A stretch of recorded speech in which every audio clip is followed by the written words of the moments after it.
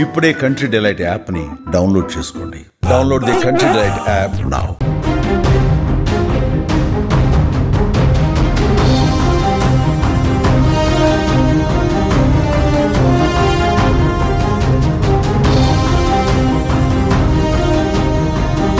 గన్నవరం మాజీ ఎమ్మెల్యే వల్లభనేని వంశీ మరోసారి తీవ్ర అస్వస్థకు గురయ్యారు.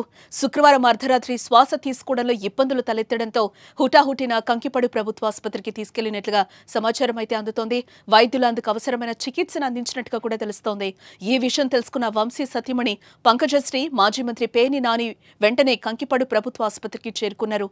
వంశీ ఆరోగ్యంపై పేర్ని నాని వైద్యులతో మాట్లాడారు. వంశీని ఎయిమ్స్ కు తరలించి మెరుగైన చికిత్స అందించాలని పేర్ని నాని డిమాండ్ చేశారు. కానీ వంశీకి అక్కడే వైద్యం అందిస్తున్నారు. ప్రస్తుతం పరిస్థితి నిలకడగా ఉన్నట్టుగా సమాచారం.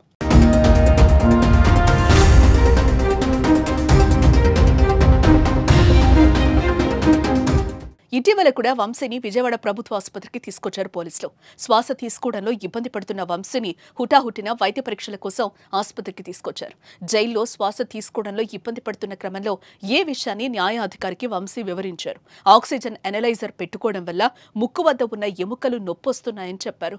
తాజాగా మరోసారి తీవ్ర అస్వస్థకు గురి కావడంతో ఆయన కుటుంబ సభ్యులు, అభిమానులు ఆందోళనలో ఉన్నారు.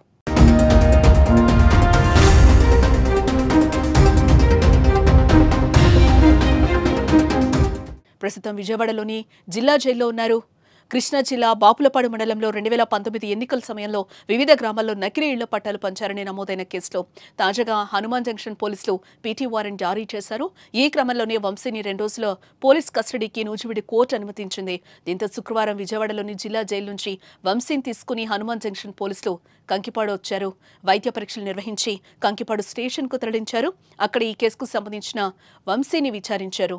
అయితే కంకిపాడు పోలీస్ స్టేషన్లో ఉన్న సమయంలోనే వల్లభనేని వంశీ అస్వస్థకు గురయ్యారు. ఇక వంశీని నేడు పోలీసులు షెడ్యూల్ ప్రకారం విచారించాల్సింది. ఆయన అస్వస్థత కారణంగా విచారణ ఆలస్యమయ్యే అవకాశం కనిపిస్తోంది.